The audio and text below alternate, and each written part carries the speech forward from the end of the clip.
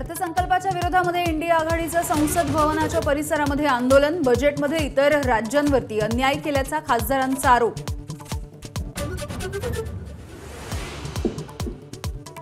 देवेंद्र फडणवीस हे अमित शहांच्या मनातील मुख्यमंत्री कधीच नव्हते, खासदार संजय राऊतांचा दावा। शिवसेना फोडल्याने शिंदेंना मुख्यमंत्रीपद मिळाल्याचंही वक्तव्य।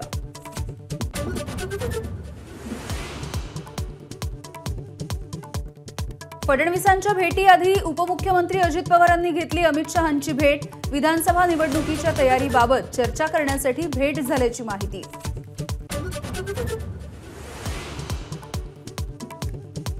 राज्य मंत्रिमंडळाच्या बैठकीमध्ये अजित पवार आणि गिरीश महाजनांची खडाजंगी। एबीपी माझाला सूत्रांची माहिती।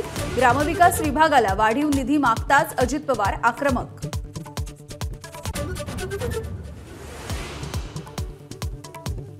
वायव्य मुंबईच्या निकालावरती सुनावणी घेण्यासाठी न्यायमूर्ती सोनक यांच्या खंडपीठाचा नकार। दुसऱ्या खंडपीठाकडे दाद मागण्याचे निर्देश। भरत शहांचे रवींद्र वायकरांच्या विजयाला आव्हान।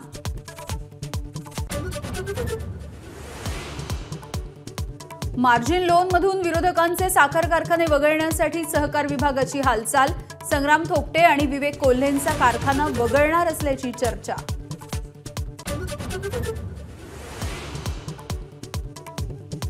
नाशिक ग्रामीण पोलिसांचा अजब कारभार। घोटीटोल नाक्यावरील ठाकरे गटाच्या आंदोलन प्रकरणी दिवंगत महिला पदाधिकाऱ्यावरती गुन्हा दाखल।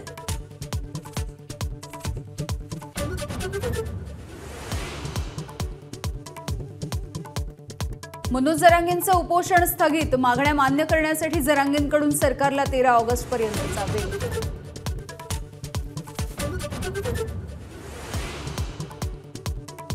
पूजा केडकरांच्या आईवडिलांचा कागदोपत्रीच काडीमोड। पुरावे एबीपी माझाच्या हाती।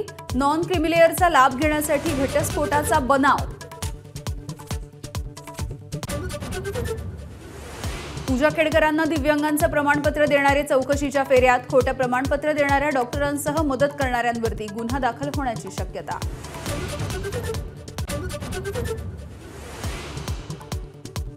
मालेगाव बॉम्बस्फोटाच्या प्रकरणी आजपासून अंतिम युक्तिवादाला सुरुवात। 16 वर्षांपूर्वी झालेल्या बॉम्बस्फोट खटल्याची सुनावणी शेवटच्या टप्प्यात।